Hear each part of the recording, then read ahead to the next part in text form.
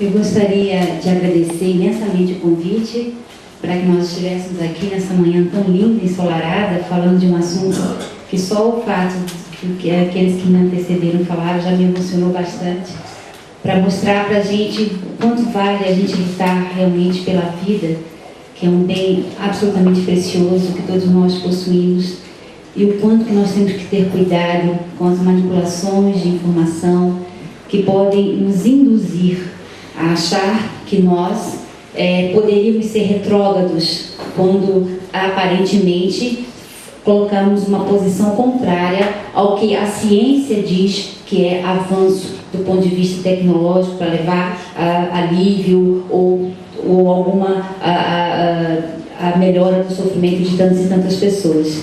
Então, eu acho que depois da colocação dos meus antecessores, fica até, de certa forma, um pouco mais suave, para que a gente possa colocar aqui a nossa visão como espíritas e pedimos a Deus, porque nós sabemos que todos nós aqui, além dessa realidade material tangível que nós todos aqui observamos, existe uma outra realidade espiritual que está aqui do nosso lado e que com certeza é ela que comanda tudo o que se passa aqui conosco. Então pedimos a ela que nos inspire nessa colocação. Pode passar o primeiro, por favor?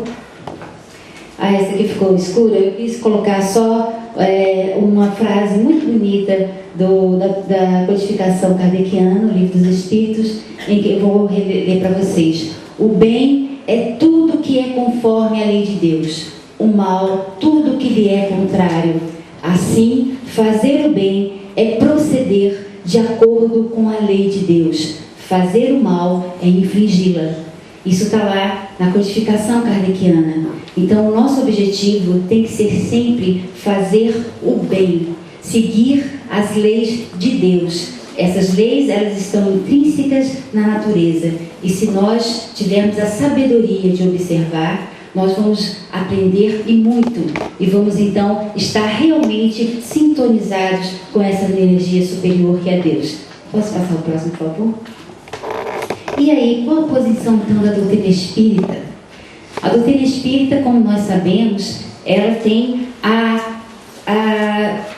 essa identificação com o ser maior, né? Com o universo. Porque dentro da doutrina nós aprendemos que a nossa realidade espiritual, que nós somos seres imortais, e por isso mesmo nós trazemos toda a bagagem, né? Seja ela genética, seja ela psicológica, toda a bagagem de outras experiências que nós já tivemos. Então aqui nós vamos considerar a nossa realidade como a nossa realidade ser a espiritual e esse ser imortal que passa pelas várias e várias experiências terrestres. Então, o Espiritismo, né, o que ele busca? Ele mostra que a realidade da vida é um processo de gradação para o desenvolvimento do espírito. E isso faz com que nós nos entendamos como uma natureza eminentemente espiritual, mas também uma natureza material. É exatamente aquela imagem que nós temos nos livros de medicina do ser humano desenhado por Da Vinci, em que ele estende as mãos para o céu, colocando como o céu e a terra o homem como intermediário, mostrando que nós temos uma natureza espiritual e uma natureza material. E dentro da doutrina espírita, nós também aprendemos que para que haja a expressão material dessa nossa potencialidade espiritual, é necessário que haja uma ligação com um tipo de matéria, que é uma matéria quintessenciada, que ainda está para ser descoberta pela ciência vigente, e essa matéria é capaz de fazer então essa ligação entre o espiritual e o material. E qual seria para nós a expressão disso que nos traz através da codificação kardeciana? É exatamente o perispírito.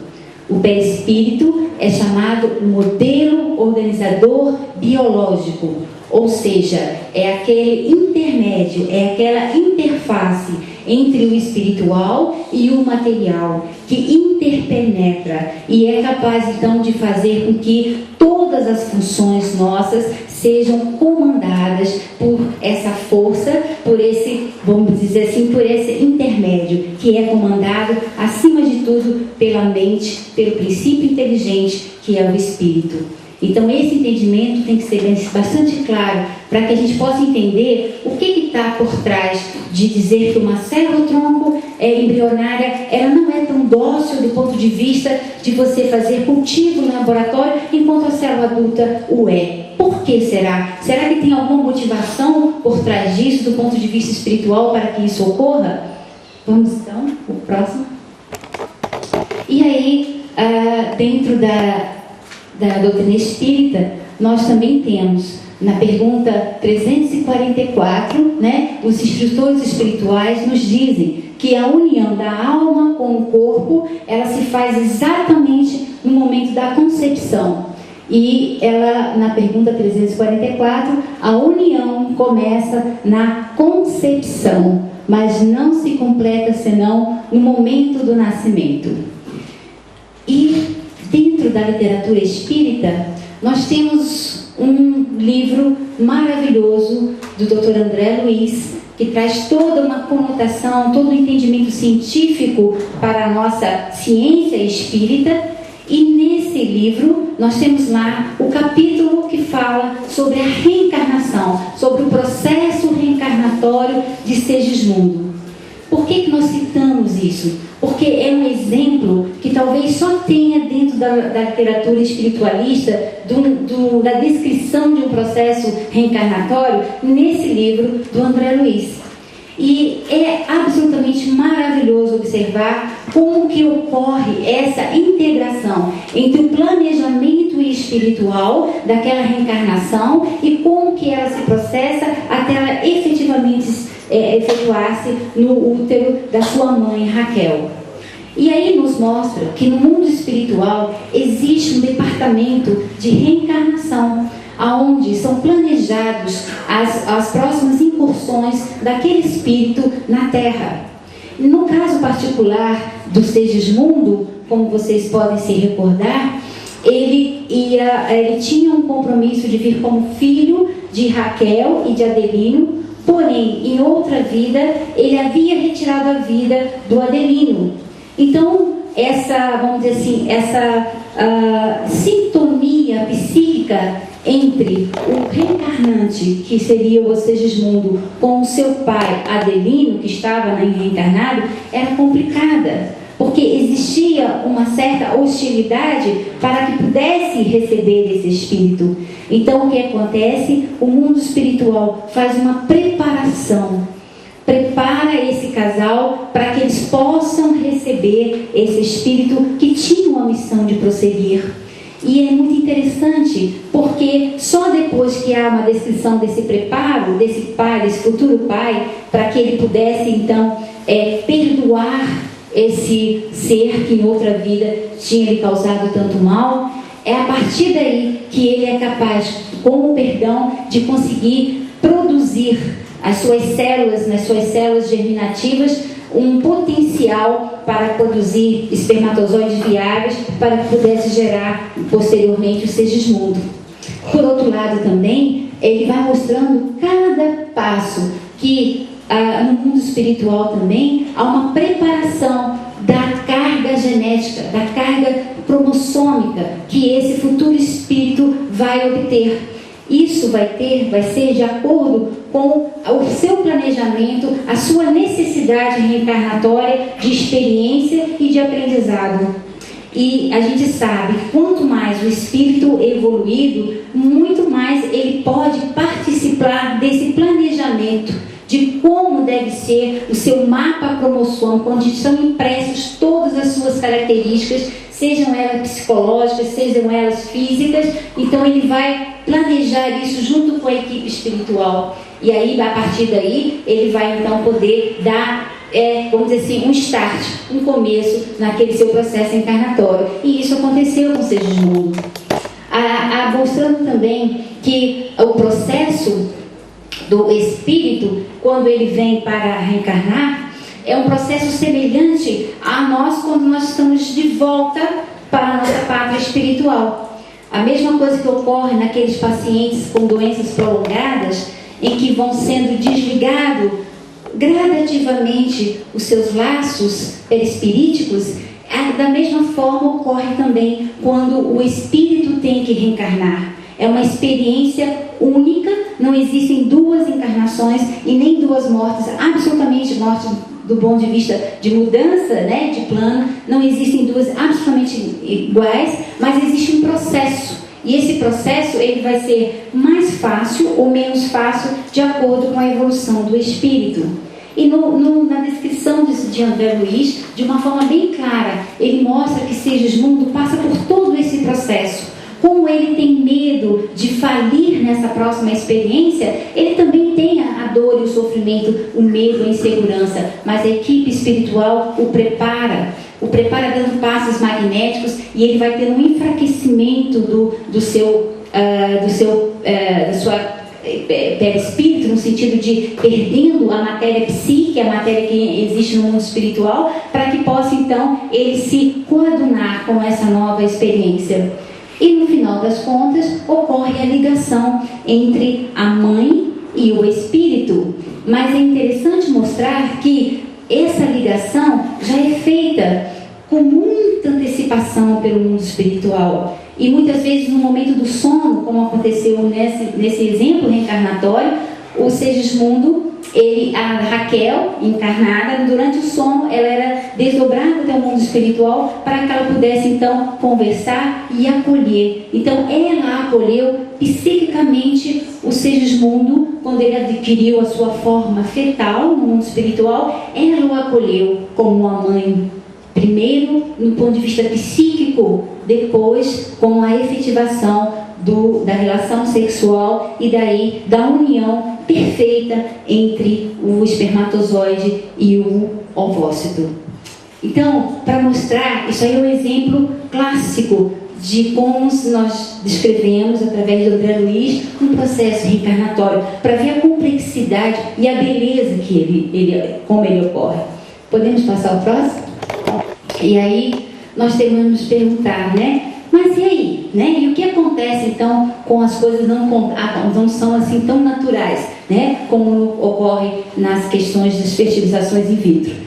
Então, na Gênese, no capítulo 11, o que os Espíritos nos dizem? Eles dizem o seguinte: quando o Espírito deve encarnar-se no corpo humano em vias de formação, um laço fluídico que mais não é do que uma expansão do seu perispírito o liga ao germe que o atrai por uma força irresistível desde o momento da concepção. Então, o que seria para nós essa força irresistível? O que isso aqui quer dizer? Quer dizer que existe uma composição do ponto de vista molecular, através da união desses gametas, dessas células reprodutivas, que faça com que exista uma força irresistível, que acaba atraindo o espírito para aquela germe que é uma potencialidade de um ser humano. E essa força irresistível nada mais é do que o magnetismo do pai e da mãe, que é expresso em várias estruturas corpóreas, mas principalmente nas células germinativas. Próximo, por favor. E aí, a gente vai pensar assim: mas tudo bem, você está falando aí de um processo natural, né? Mas o que ocorre no laboratório? Pelo que eu saiba, no laboratório as coisas são muito frias, né? Não existe toda essa coisa meio que bonita, né? Assim, como se fosse uma coisa bastante, com um componente, né, emocional, espiritual maior.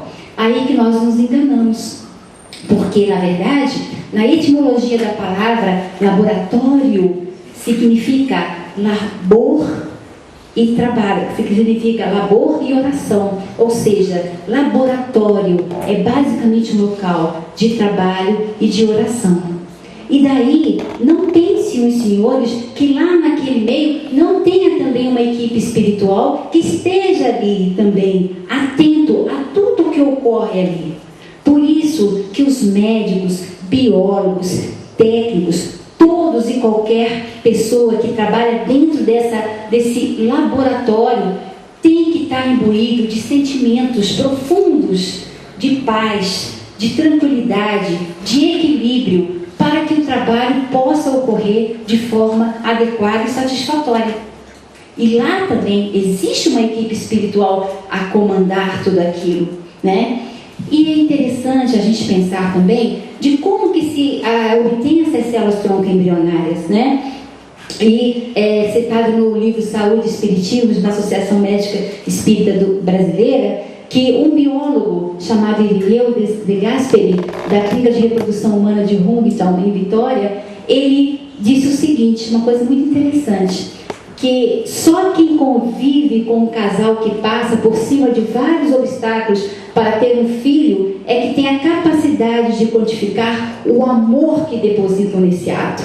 Então, naquela questão da reprodução assistida, muitos daqueles casais, por questões até kármicas, ou então por alterações dos seus centros genésicos, não conseguem ter o seu filho de forma natural, recorrem então à medicina para que possam obter esse filho. Isso, de certa forma, é claro que é aceito, é adequado, mas é interessante a gente pensar que muitas vezes aquelas células ali que são feitas no laboratório, existe um magnetismo e um potencial tão grande daqueles pais no desejo de ter um filho, que não deixa de ser também um ato de amor naquele momento ali. E por isso que tem que ter todo o respeito na manipulação de qualquer coisa, qualquer material que seja eminentemente humano. E aí, pode passar o próximo, por favor? E aí nós temos que os instrutores espirituais nos explicam que para reencarnar, então, basta o magnetismo dos pais, aliado ao forte desejo do espírito reencarnante. Isso se dá através de uma sintonia magnética, essa força irresistível que nos diz a Gênese. E isso ocorre tanto do ponto de vista da reencarnação normal, né? Um casal habitualmente que vai gerar seu filho, como também na clonagem, ou como quando você une essas células no laboratório. Essa sintonia magnética, ela envolve energias sutis. Portanto, elas não obedecem às forças clássicas da física, mas sim da física quântica e de tudo aí que está vindo através das pesquisas nessa nova linha em que vai mostrar que uma matéria vai trabalhar com a matéria muito mais quintessenciada, que nós ainda estamos longe de alcançar, mas estamos caminhando para lá. E aí, Dr. Sérgio Oliveira, que é um médico pesquisador de São Paulo, da USP, ele nos diz, numa dos seus capítulos de estudo sobre a questão dessa força atratora, ele diz o seguinte, que como se faria um campo atrator para o espírito? Seria exatamente a união de uma molécula em formação lenticular, como é o caso do DNA, que é essa célula em que traz todas as nossas características, associada a uma condição de alguma célula na sua fase embrionária. Então, quando nós tivermos essa união de uma formação lenticular, como é o caso da célula do DNA, que tem toda essa força, né, magnética associada a uma célula com condições de fase embrionária ou totipotência, então nós teremos um grande atrator para o espírito. Aí vocês poderiam me perguntar, então quer dizer que existe no mundo espiritual alguém que determina? Não. Então você vai para aquele óvulo ali que foi fecundado, vai para aquele do ponto de vista do laboratório? Não, na verdade, a espiritualidade está sempre atenta a tudo isso. Mas o que nós estamos falando aqui é de uma atração magnética, é uma força que existe no universo.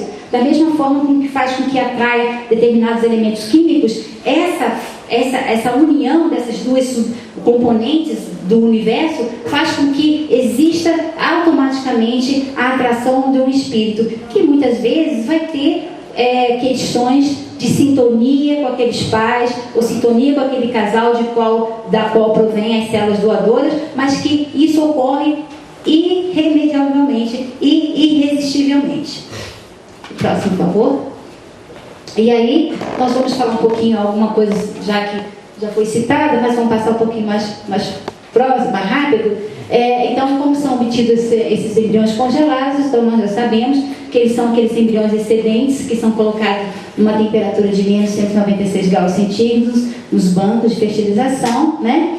E aí, diante do embrião, aquelas atitudes básicas que foram brilhantemente discutidas aqui pelos meus antecessores e pelo Dr. Cláudio. A questão de você fazer do embrião uma coisificação, um mutuado de células, que é uma coisa absurdamente que não dá para a gente aceitar, né? Já que observando toda essa argumentação que aqui foi já colocada, e a personificação, quer dizer, que confere ao embrião a dignidade humana. Exatamente por quê? Porque ali já está a individualidade, ali já está todo o potencial daquele ser que está sendo, que futuramente vai ser um ser humano, né? Que já é um ser humano, mas que vai se transformar no ser. E a embriogênese, então, até hoje não se consegue entender como uma única célula, que é unidimensional como o zigoto, né? Transforma-se em um ser tridimensional, que é o recém-nascido, seguindo um programa informacional perfeito, automático. Nenhuma outra célula é capaz de fazer isso de uma forma tão brilhante em 9 meses ou em tantos tempos de gestação, seja qual seja a espécie. Então, o que faz com que isso seja um mecanismo tão perfeito, tão acertado, de fazer com que uma coisa tão minúscula se coloque depois como recém-nascido na sua dimensão tridimensional? Pode passar o próximo? E aí os embriologistas, como já disse a doutora Lilise também, em 2005 eles afirmaram não só que a origem do ser humano se dá na fecundação, como do ponto de vista molecular, a primeira divisão do zigoto define o nosso destino. Dentro do DNA já está todo o potencial do indivíduo, foi o que nós já colocamos aqui. Próximo, por favor. E os cientistas são categóricos, então, em afirmar que a maioria do nosso grupo não conseguiu encontrar, entre a fecundação e o nascimento, um ponto no qual fosse possível dizer: aqui não está a vida humana. Próximo. E aí, a ciência necessita realmente das células tronco-embrionárias, né? Então, aqui já foi colocado, eu vou passar um pouco mais rápido sobre isso aqui, né? Mostrando que a versatilidade das células tronco-embrionárias em relação às células tronco-adultas foi brilhantemente já trazido aqui pela doutora Lelise, né? Mas o que seria, o que levaria então as células tronco-adultas já a serem um pouco mais dóceis do ponto de vista de cultivo e de estudo do ponto de vista do laboratório? Provavelmente por quê? Porque nas células tronco-embrionárias você ainda não tem essa formação perispirítica, como nós falamos, que é o modelo organizador biológico, de uma forma plena. Porque, como nós já mostramos, essa união se faz célula, molécula a molécula, até o nascimento. Então, ela é feita devagar. Então, essas células tronco-embrionárias, elas não possuem ainda essa condição para que possam também serem mais dóceis do ponto de vista de trato no laboratório. E tem a doutora Natália Moratala, catedrática de Biologia Molecular e presidente da Associação Espanhola de Bioética, que também é da mesma posição que a doutora Annelise já colocou, ela mostrando assim, o avanço que se tem nas células tronco-adultas e não nas células tronco-embrionárias. Isso saiu agora em 23 de abril de 2008. Próximo. E aí, é necessário destruir muitos embriões para a realização de pesquisas com células tronco-embrionárias, seguindo aqui as informações trazidas por doutora Alice Teixeira, catedrática da Biofísica da Unifesp. Ela disse que seriam necessários sacrificar cerca de 300 mil a 400 mil embriões para uma única experiência, e isso não se divulga, né? E também o cultivo in vitro das células tronco-embrionárias necessitaria da presença de finíssimas camadas de tecidos retirados de fetos vivos de qualquer estágio, chamadas de feeder layers, e que são produzidos no exterior e vendidos no mercado.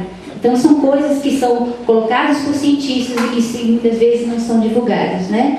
E as células tronco-embrionárias o próprio corpo produz, né? As células tronco-embrionárias não trazem chances maiores de doença, de maior de curar doença do que as adultas. Já foi colocado aqui pela doutora Melissa, claro que não, mostrou claramente, então a gente pode passar ao próximo. As células vêm de tecidos abortados, né? De fetos Sim, abortados. as células vêm de tecidos abortados. E evitar a pesquisa com célula tronco-embrionária não seria impedir o avanço da ciência, né? É claro que não, né? A gente sempre coloca a doutrina espírita, e Kardec sempre colocou isso, que o espiritismo, a doutrina espírita, estaria caminhando junto com a ciência. E, na verdade, todos os avanços que sejam para o bem da humanidade, aí sim, aí a gente tem toda a questão do respaldo, da aprovação. Na verdade, a pesquisa científica, ou aquilo que se traz, ela em si, ela pode ser boa ou ruim. O que vai se levar depois disso é que vai trazer realmente para ver se vai ter um benefício maior para a humanidade ou não. Então, de forma nenhuma, essas coisas foram faladas, que foi bastante explorado pela mídia, como o Dr. Cláudio falou, de pessoas de cadeira de roda, as capas das revistas todas mostrando, todo mundo curando, todo mundo andando, como se isso fosse uma falácia que daqui a um mês todos pudessem já estar utilizando esse tipo de recurso. E isso não é verdade, né? E aí a doutora Marlene Nobre, que é presidente da Associação Médica Brasileira, né, Médica Espírita Brasileira e Internacional, ela diz que alguns modelos bioéticos vigentes, fundamentados no materialismo reducionista, não credenciam seus defensores a tomar sob sua responsabilidade o cuidado com a manipulação de embriões. Então é necessário muito entendimento do ponto de vista ético, moral, para que se possa trabalhar com esse tipo de material com a dignidade que ele merece, né? E aí o exemplo que já foi citado aqui fartamente, né, do Vinícius Dorte, de 6 meses, que depois de 8 anos de congelamento nasceu, e 13 anos que foi citado pela doutora Denise Garlani Basley dos Estados Unidos. Pode passar o próximo. E aí a gente vem aqui uma pergunta bem interessante para nós espíritas, né? Há uma alma ou espírito ligado então aos embriões congelados? Isso é interessante, né? Porque como a gente vai saber, né? E aí os estudos espirituais, eles têm nos colocado o seguinte: pode haver ou não. Como que nós teríamos a certeza absoluta? Só se nós colocássemos esses embriões dentro dos úteros maternos e ver se eles vão desenvolver ou não. Mas existe uma questão, né? O embrião só conseguirá o desenvolvimento, né, morfológico adequado se houver a presença do espírito. Por quê? Porque, como nós falamos anteriormente, é necessário que haja a ligação do perispírito, porque o perispírito é aquele que vai dar o comando para que as células possam se desenvolver de forma adequada. E muito interessante também, nós percebemos que no próprio livro dos Espíritos nos falam que a união do espírito com aquele corpo se dá de forma completa no momento do nascimento. Então, enquanto o embrião está lá congelado, não significa que o espírito está congeladinho também junto com ele, lá dentro do seu coisa de fertilização. O espírito, apesar de ter um laço fluídico ligado muitas vezes àquele embrião, ele tem um certo grau de autonomia no mundo espiritual, e isso é nos dito também pelo Emmanuel no livro Consolador. Então, pode haver ou não. Em princípio, aqueles que estão ligados ao espírito, esses espíritos têm um certo grau de autonomia no mundo espiritual. E como que nós então poderíamos saber se naqueles embriões estariam realmente ligados espíritos? Aí nós teríamos que partir para um campo de pesquisa que a Associação Médica Espírita tem muita vontade de fazer, mas que ainda não tem os recursos para tal, que é baseado nos estudos e pesquisas de campos que são chamados eletrodinâmicos, ou que, através desses cientistas aqui, né, a Campos da Vida, pelo Dr. Harold de Saxonburg, que é um inglês, que descobriu campos eletrodinâmicos chamados campos da vida. E o que ele descobriu? Que, na verdade, existem estruturas, todos esses aqui citados, como Hernani Guimarães Andrade, que é brasileiro, que descreveu o campo biomagnético, e Rupert Sheldrake, dos Estados Unidos, que descreveu os campos morfogenéticos. O que eles querem dizer com isso? São neovitalistas, são cientistas que não se conformam em achar que a matéria gera matéria, que tudo se faz pelo acaso, que existe um componente espiritual ou uma inteligência por trás para que possa conduzir as coisas de forma em que cada um tenha a sua forma adequada. E exatamente por esse questionamento desses cientistas e pela pesquisa séria que eles estão empreendendo, é que se foi descoberto que existem esses campos, chamados campos imateriais, que são estruturas energéticas ainda não bem ainda desconhecidas pela nossa ciência vigente, mas que poderiam, se eles seriam capazes de determinar, de conduzir, de dizer como aquela célula deve se reproduzir para formar tal, para formar aquela espécie. Então, isso é um comando que viria. Esse comando passaria através dos genes e, com isso, formaria todas as formas que nós temos no mundo, no universo. Então, esses pesquisadores sérios estão procurando isso, desenvolver. E aí, se nós tivermos um avanço nessa ciência, mostrando que nós sejamos capazes de captar esses campos energéticos ou esses campos biomagnéticos, como é dito, que na verdade nada mais é do que toda essa emanação espiritual que nós aprendemos através da doutrina espírita, inseridos todos nós nesse plasma divino, que é o fluido cósmico universal, nós então vamos poder detectar no futuro, quem sabe, se os embriões estão ali vinculados a um perispírito ou a um espírito ou não. O próximo, por favor. E aí, o que fazer então com os embriões congelados? A posição, nossa, da Associação Médica Espírita, é exatamente essa, descartá-los como lixo é ilegal, melhor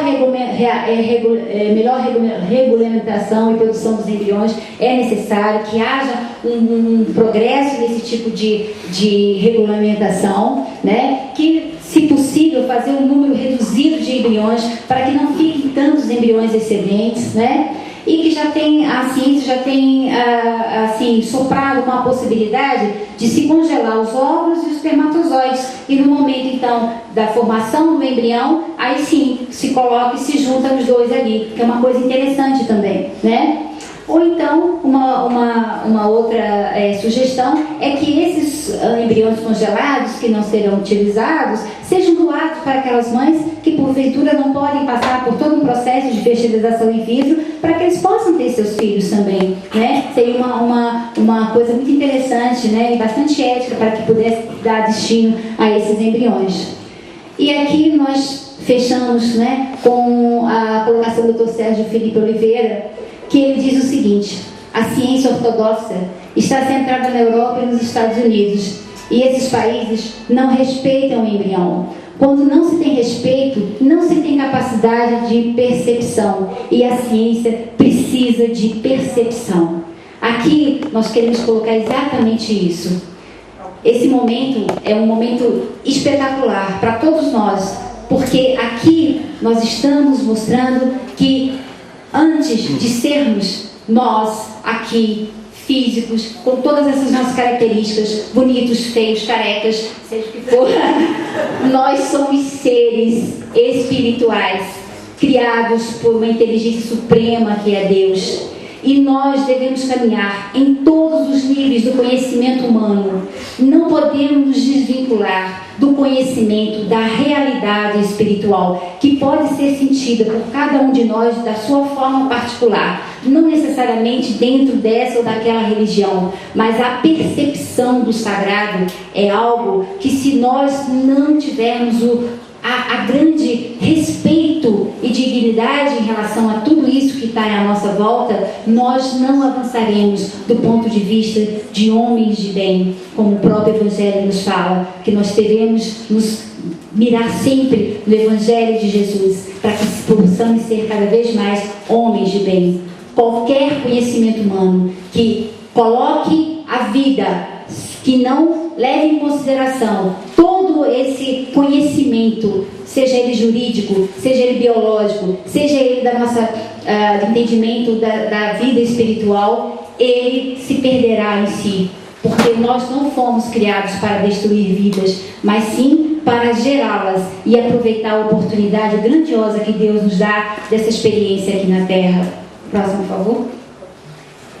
E aí aqui são os cientistas, né, que eu gostaria de brasileiros que estão estudando as células tronco adultas. Próximo, por favor.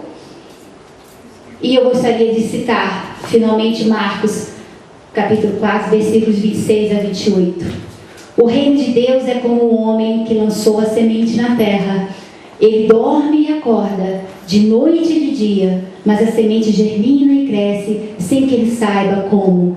A terra por si mesma produz fruto, primeiro a erva, depois a espiga e por fim a espiga cheia de grãos. Que tenhamos a humildade, como cientistas, como estudiosos, de entender que nós estamos apenas favorecendo a vida, mas jamais seremos capazes de criá-la com a perfeição de Deus. Graças a Deus.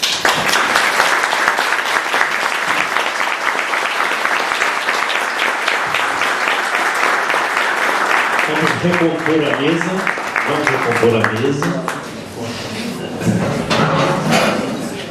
Pessoal, quem precisar de banheiro, qualquer coisa, não se aveste.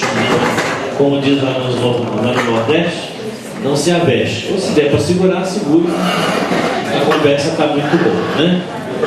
Então vamos prosseguir. Nós vamos prosseguir por causa do tempo. Algumas pessoas, alguns expositores têm que sair, principalmente o Dr. Cláudio. Nós vamos passar agora às perguntas. Ou as. Mas não espera, esse meu CD. Aliás, eu vou esquecer. Bem, nós vamos passar na sequência das exposições.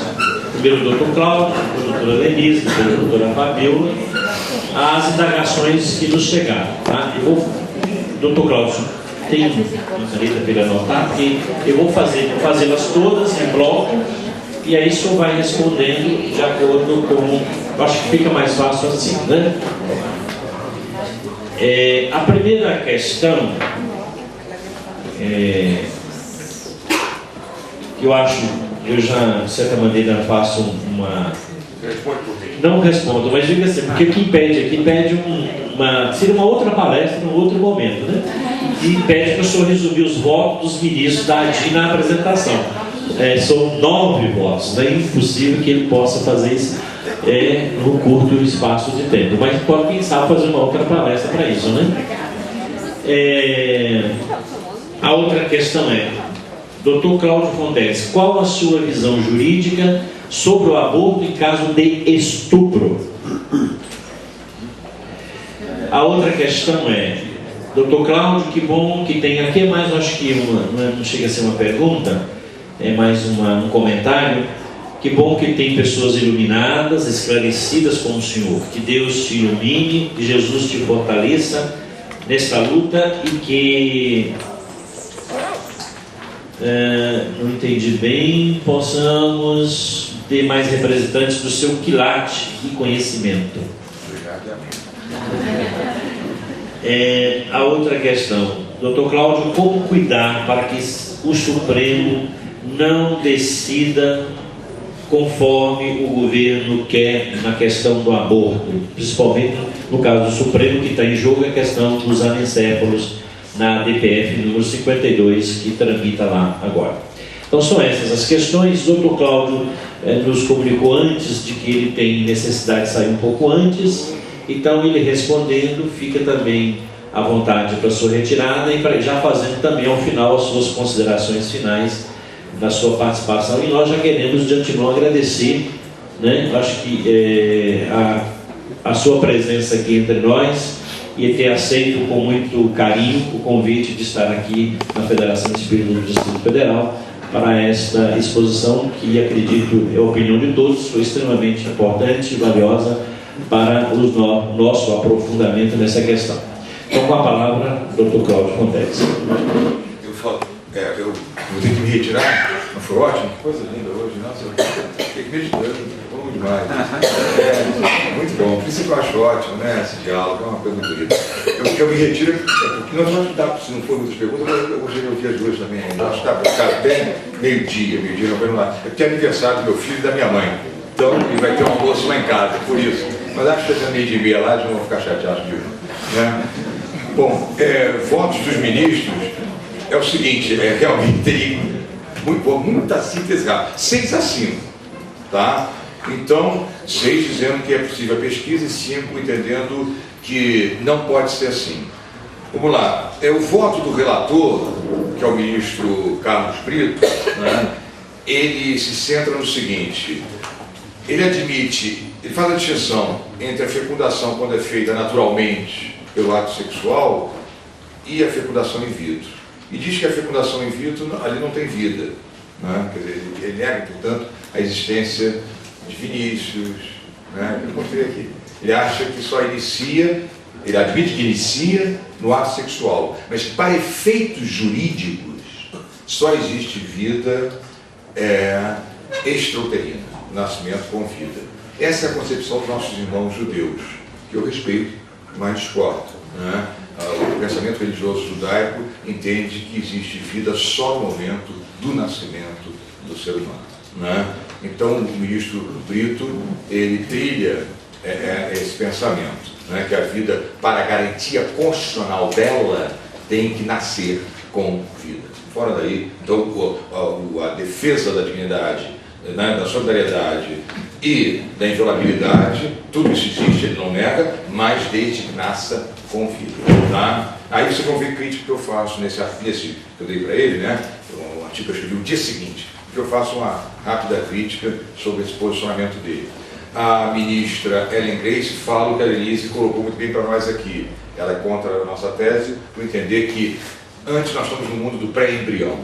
A Denise acho que respondeu bastante bem aqui essa ideia do pré-embrião, pré-feijão, né? Ontem eu comi uma pré-feijoada, estou até passando bem, eu respeito essa maneira, né? Essa é a visão da ministra, né? O ministro Joaquim Benedito, eu não tenho acesso ao voto do ministro Celso de Mello, que é muito forte contra a gente e tal, né? Mas não publicou aí o voto dele, então faltam 2 votos para mim. Não tem. É do ministro Joaquim Benedito, é o problema da pesquisa científica, dizendo que a Constituição, né, defende a ampla perspectiva de pesquisa científica, né? O que nós colocamos é o seguinte, respeitamos, mas divergimos por quê? A nossa ação, ficou muito claro na exposição das doutoras aqui, né, não impede a pesquisa científica. Veja quanta pesquisa científica se continua fazendo. Vitoriosa que fosse a ação, a ADIM, a ação direta de inconstitucionalidade, só uma única, hein? Aqui. Fala mais perto do microfone. Fala mais perto do microfone. Hein? Mas aqui está. Então, só uma única linha de pesquisa que estaria proibida. Uma única, presta atenção para essa expressão, uma única linha de pesquisa por matar vida humana. Tudo mais está aberto. E veja até agora, né? Em julho, já agora. Olha, que barbaridade existir. Não é nem quando a medicina está sabendo muito. Mas o Joaquim entendeu que eu violaria a liberdade de pesquisa ao ter proposta essa ação, linha também mais ou menos do ministro Marco Aurélio, né?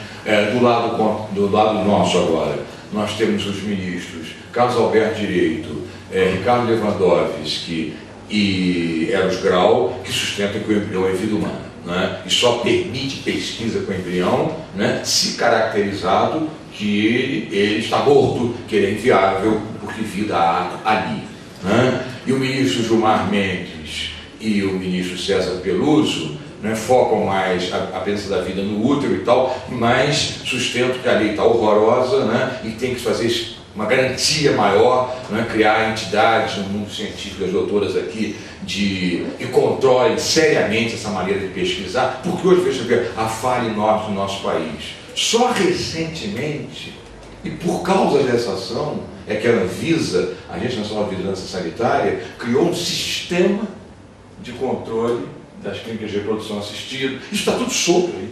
Está havendo um comércio muito sério. Só agora o governo brasileiro começou a exigir que essas clínicas digam quantos embriãozinhos estão lá, filhos de quem, foi implantado em quem, há quanto tempo está lá, isso está lá, Deus dará, pessoal.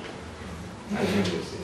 Né? Então, mais ou menos a linha é essa, rapidamente. Né?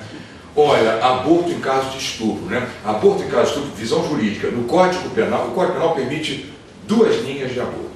No Código Penal. Né? É aquele aborto que é feito, chamado aborto para nós, aborto terapêutico. Né?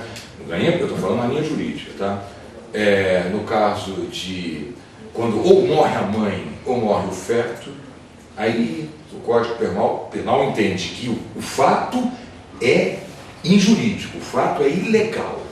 Presta atenção para esse detalhe. A gente chama de antijuridicidade do fato. O Código Penal diz: esse fato é antijurídico, mas não se pune. Né? Extingue-se a punição dele, não a antijuridicidade dele, nesse caso. Quando ele até diz, não sei, Deus pode falar muito melhor que eu, parece que eu li no dia até que está caindo muito esse índice com a evolução da medicina. Então essa história, parece aquele Gantz, né? Parece que está caindo, ela pode falar melhor que eu no aspecto médico, isso aí. Parece que está caindo muito essa hipótese. O Código Penal nosso, atenção, o Código Penal nosso é da década de 40. Muita coisa mudou já. Né? E o outro é o que o irmão e a irmã aqui colocam, né? Aborto em caso de estupro. Né? Quer dizer, também é fato jurídico e só não se pune a mulher que depois de um estupro, né, autorize eliminar a vida. Né? Eu respeito quem assim vem assumir. Eu sou contra. Né? Porque a minha tese é a seguinte, aquilo que a gente falou, a Fabíola colocou muito bem, a Fabíola colocou muito bem, tá, ok. Né? É que nós temos, eu falei também, criar a civilização do amor. Né? Eu costumo dizer que eu aprendi com as dores da minha vida, eu falei aqui um pouco para vocês, minha netinha, que pareceu umas velhas de 7 anos, e hoje eu estou convicto, muito convicto disso, que a gente ressuscita em vida. Nós, com a força espiritual, cada um na sua opção religiosa, mas é isso que nos dá a nossa opção religiosa, né? A nossa opção espiritual, não importa o caminho, para mim não importa o caminho, nossa opção espiritual, só através da opção espiritual é que nós podemos experimentar a ressurreição em vida. Este que nos fala tem várias vezes ressuscitado em vida. Então, por maior dor a mulher tenha sofrido, a agressão, eu sei que é violento, eu sei que é violento, né?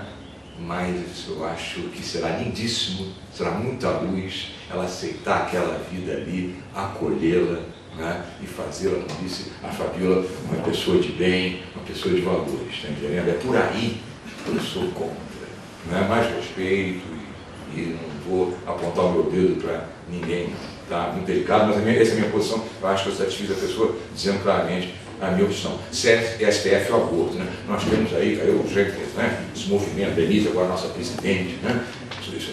Esse movimento, nós temos que viver cidadania nesse país, não ficar fechadinho aqui, entendeu? Cada um sair, cada um no seu areópago, ou seja, no seu lugar de trabalho, família, né?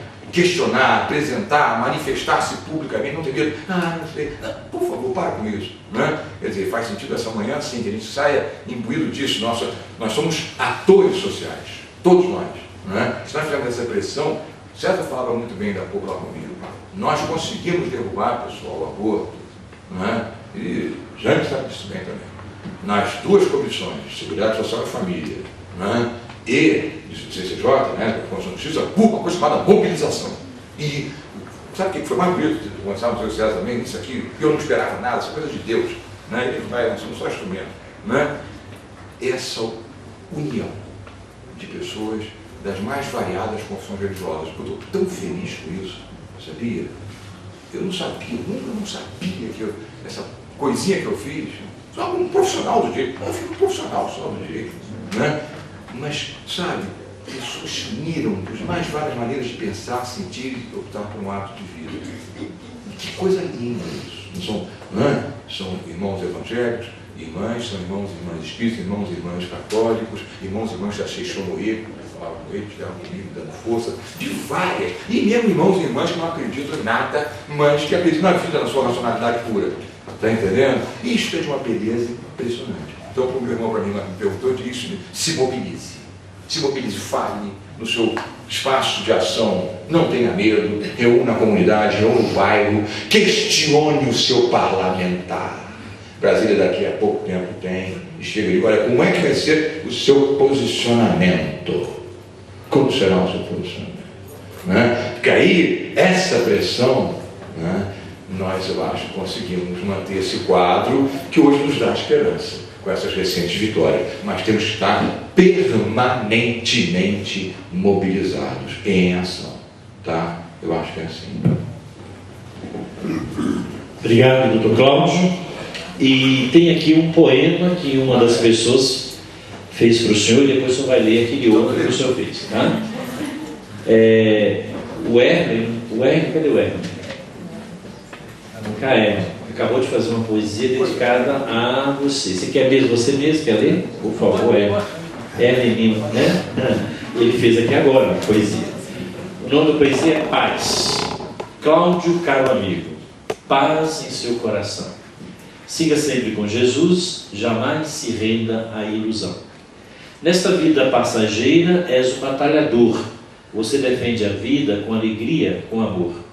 O caminho é o da caridade, a viver o santo de Assis. Vai com boa vontade, com o coração de aprendiz. Abraço, menino, estou lhe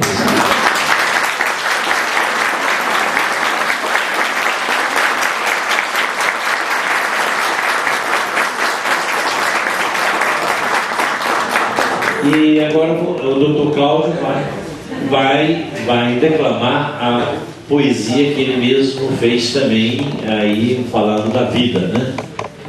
É rapidinho, né? O título é O que todos somos, ainda tão imperceptível por todos, mesmo por quem o acolhe, todavia é. Desde a fecundação, expressão própria da união, livre ou constrangida, de quem inexoravelmente pai e mãe, todavia traça seu itinerário na construção desde então autônoma do que é. Movimenta-se em ciclos mais ou menos incessantes, todavia contínuos, porque experimenta o silêncio da madrugada escura que o conduz ao nascer. A festa de cores e luzes convite ao crescer, o deixar-se em suspiro último, possibilidade de transcender além do que é.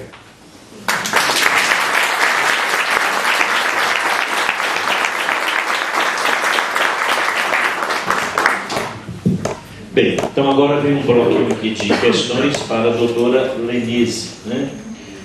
É o seguinte, a primeira é: a célula-tronco tem o seu potencial de formar qualquer tecido. Essas células poderiam,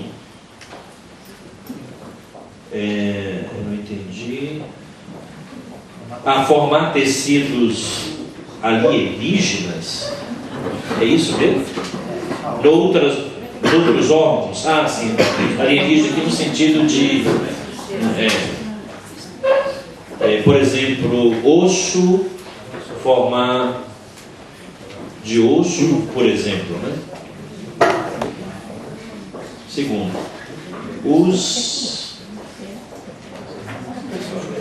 quem é que fez a pergunta aqui? Os juristas já pensaram nisso? É isso a pergunta, né? Então o doutor Cláudio responde só o segundo aí, porque não estava na... Doutora Lenise, o desenvolvimento das pesquisas com células-tronco embrionárias não atingirá o resultado que é obtido com as células-tronco adultas, porque as pesquisas com essas são mais antigas, quer dizer, com as adultas são mais antigas, o que equivale a dizer que as pesquisas com as embrionárias não estão desenvolvidas por serem novas em relação às adultas? Qual o interesse financeiro nas pesquisas com células-tronco embrionárias? E aí vem aqui, o grande argumento a favor da utilização de embriões humanos em pesquisas parece ser o grande número de embriões originados nas fertilizações in vitro que serão descartados. Pergunto, será que a raiz do problema não está justamente nas técnicas de fertilização in vitro atualmente empregadas? O descarte no modelo atual é muito alto. Para trazer uma vida, estamos hoje sacrificando muitas outras. Isso é verdade? A pílula que seguinte é abortiva? Ou poderia se considerar um aborto no uso da célula da pílula seguinte? A pessoa apresentou tumor na hipófise e depois de cirurgia e radioterapia, não sei o que está escrito, não foi possível a solução e ocasionou sequelas. Esta enfermidade surgiu na formação genética ou tem outra causa? Nenhum médico conseguiu explicar a origem desta doença incurável. Entendeu a questão? Eu queria só, antes de passar para a doutora Eunice, com relação à fertilização in vitro, passar uma informação rápida. No Congresso Nacional, tramita um PL chamado Projeto de Lei 1184. Esse projeto já foi aprovado no Senado Federal e está hoje na Comissão de Constituição e Justiça, que trata exatamente de reprodução assistida.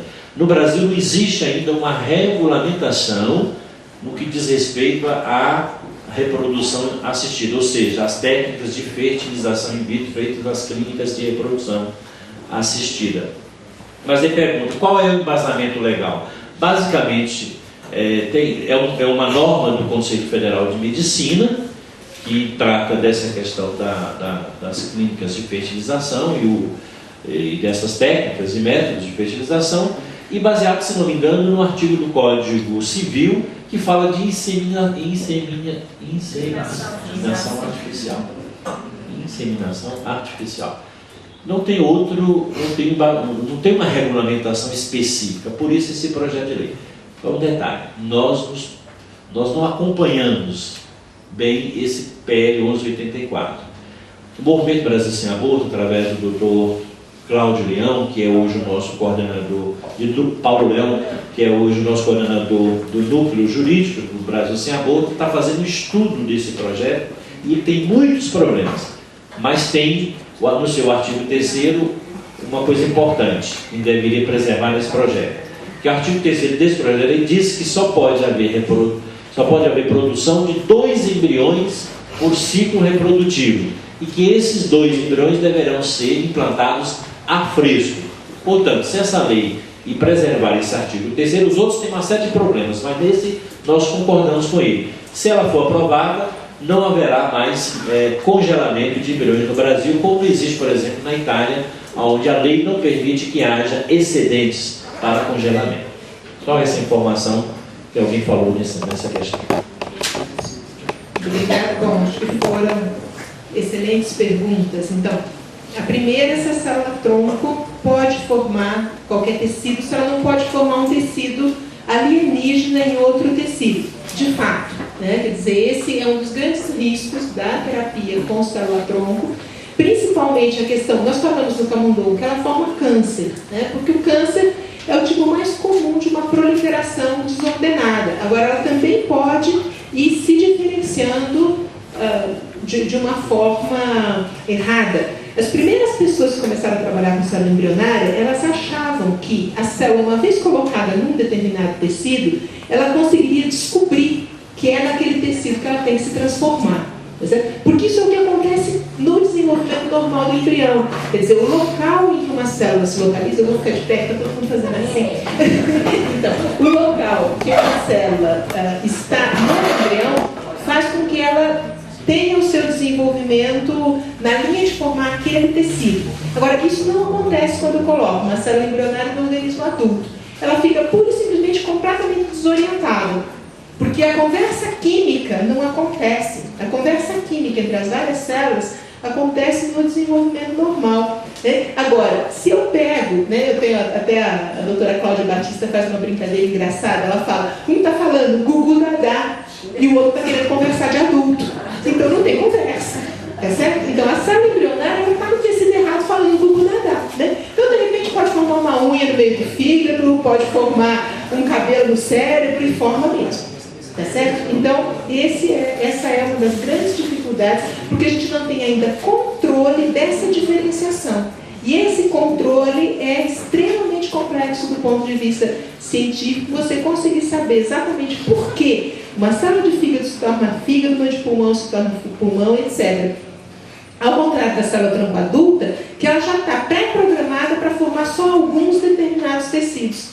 Né? Então, aquilo que eu falava para vocês já está muito mais próximo do tecido desejado. E por isso é muito melhor para se fazer um tratamento com a célula tronco adulta.